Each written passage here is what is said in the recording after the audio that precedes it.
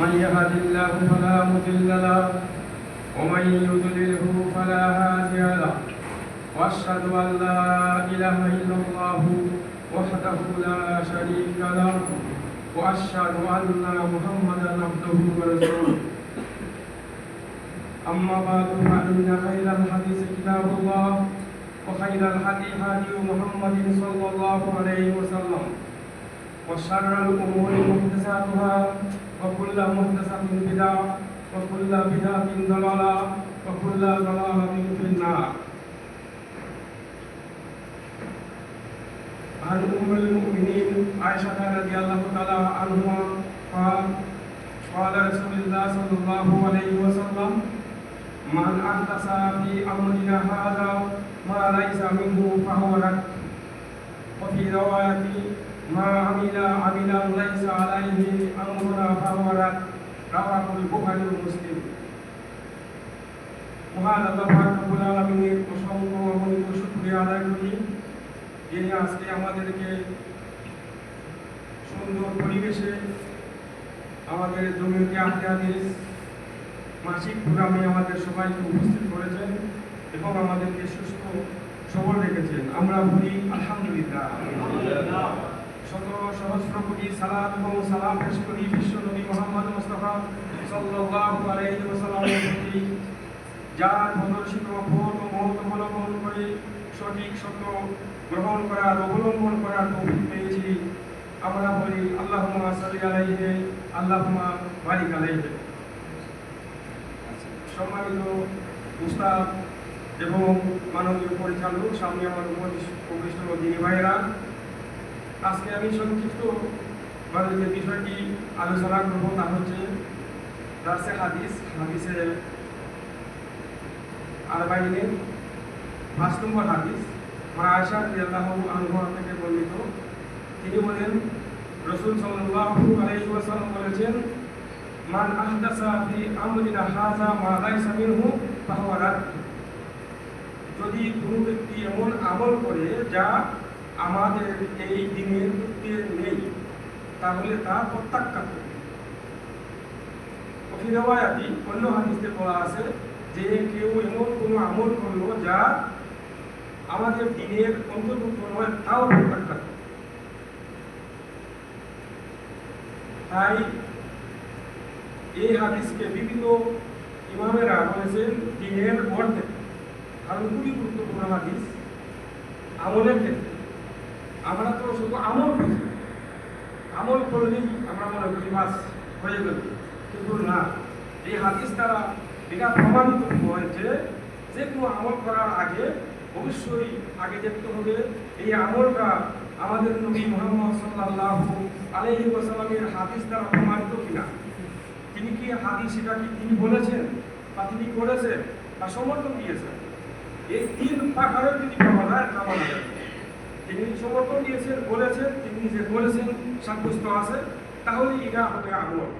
আর যদি এর বিপরীত হয় যে আমাদের বড় বড় বুজুর্গানেরা করেছেন তাই আমরাও করব, তাহলে এটা চলবে না।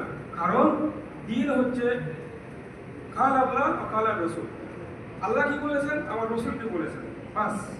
কোনো বড় বুজুর্গ কি বলেছেন, কোনো বুজুর্গানের দিন কি করেছেন, সেটা আমাদের দেখার বিষয় না। আমাদের দেশে দেখবেন কত দলে দলে বিভক্ত, ঠিক কিনা বলেন, শত শত দল। আমি সুতরাং বলেছেন যে ৭৩ দলে বিভক্ত হবে, কিন্তু হিসাব করলে আরো বেশি হইতেছে। ৭৩ দল হবে, এটা তো শুধু যারা মুসলিম সব কিছু ঠিকভাবে মানে এদের মধ্যে হবে ৭৩, বাকিগুলা তো অনেক দিনের মধ্যে নেই। তাই আমাদেরকে আমলের ক্ষেত্রে অবশ্যই আগে দেখতে হবে এই আমলটা কি কোরআন হাদিস দ্বারা সাব্যস্ত। যদি কোরআন হাদিস দ্বারা সাব্যস্ত হয় আলহামদুলিল্লাহ, এটা অবশ্যই পালন করতে হবে, এটা এভাবে করতে হবে। আর যদি বলে যে না বা এটা বলেন কি এত মানুষ করে, হাজার হাজার মানুষ করতেছে, এটাই বলি, তাহলে হাজার হাজার মানুষ যদি করে তাহলে এটা কি সঠিক হবে? সঠিক হবে যখন হাদিস দ্বারা প্রমাণিত হবে, কোরআন দ্বারা প্রমাণিত হবে, তখন হবে এটা আমল।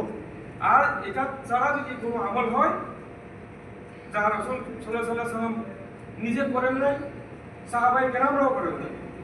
অনেক সময় দেখা গেছে এমন আমল রসুল থেকে প্রমাণিত নাই, পাওয়া যাচ্ছে না, তখন আমরা কি করবো? দেখবো আল্লাহ রসুল সাল্লাল্লাহু আলাইহি ওয়াসাল্লাম সাহাবায়ে কেরাম থেকে এই আমলটা আছে কিনা।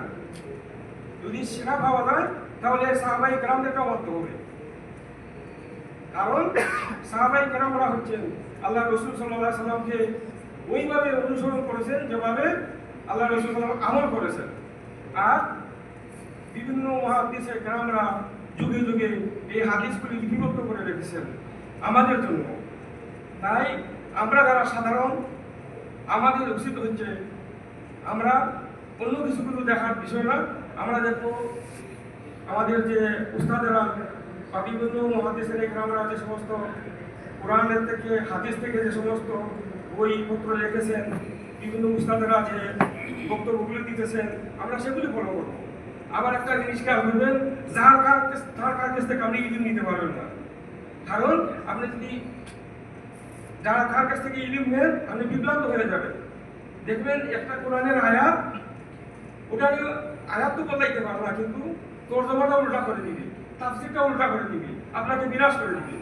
সেই জন্য ইলম নেওয়ার ক্ষেত্রে অবশ্যই আগে দেখতে হবে যে কার কাছ থেকে আমি ইলম নিচ্ছি। আমাদের শত শত উস্তাদেরা আছেন, মাদানী আলিমরা আছেন, দেশে বড় বড় আলিমরা আছেন, বইপত্র আছে, সেগুলো আমাদের সংগ্রহ করতে হবে এবং আমাদেরকে কোরআন এবং হাদিস অনুসরণ করতে হবে।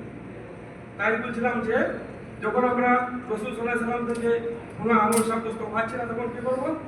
আমরা দেখবো যে সাহাবায়ে কেরাম থেকে কি এটা সাব্যস্ত আছে, তখন আমরা সাহাবায়ে কেরামদেরকে মানব। কারণ আল্লাহ বলে দিয়েছেন আমার রাসূলের কাছে যখন দিন কষ্ট হয়ে গেছে, ওমাই উশাকির রাসূল আমি বাদি মাতাবায়ানা লাহুল হুদা ওয়া ইত্তিবাউ গায়রা সাবিলিল মুমিনিনা নুওয়াল্লিহি মা তাওয়াল্লা ওয়া নুসলিহি জাহান্নাম ওয়া সাআত মাসিরা। যখন আমার রাসূল তোমাদের কাছে সত্য নিয়ে আসছেন, সত্য প্রকাশ করে দিয়েছেন, তখন যদি তোমরা আমার রাসূলের অনুসরণ না করো, তাহলে সত্য রাসূল সাল্লাল্লাহু আলাইহি ওয়াসাল্লামের আসছে কি আসছে না, পুরাণ রাসূল সাল্লাল্লাহু আলাইহি ওয়াসাল্লামের কাছে পরিপূর্ণ আসছে কি আসছে না, তিনি দিন পরিপূর্ণ আমাদের কাছে রেখে গিয়েছেন না। তাই আমাদেরকে এই রসুলের এই হওয়ার পরেও যারা রসুলের অনুসরণ করবে না, আর ওই সমস্ত মুমিনদের কথা, কোরআনে যখন মুমিনদের কথা আমরা শুনবো তখন বুঝতে হবে সাহাবায়ে কেরামদের কথা বলা হচ্ছে, যে সাহাবায়ে কেরামদের অনুসরণ করলো না।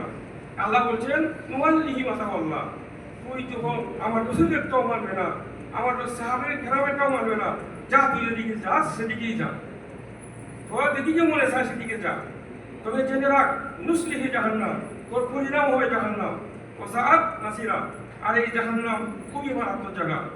তাই আমাদেরকে আমলের ক্ষেত্রে অবশ্যই চিন্তা ভাবনা করে আমল করতে হবে, কোরআন এবং সহিহ হাদিস দ্বারা আমল করতে হবে। সেই দোয়া সেই তাওয়া মহান আল্লাহ রাব্বুল আলামিনের কাছে করছি। আল্লাহ রাব্বুল আলামিন যেন আমাদেরকে সহিভাবে আমল করার তৌফিক দান করেন। সুবহানাকা আল্লাহুম্মা বিহামদিকা আশহাদু আল্লা ইলাহা ইল্লা আনতা আস্তাগফিরুকা ওয়া আতুবু ইলাইক। আসসালামু আলাইকুম ওয়া রাহমাতুল্লাহ।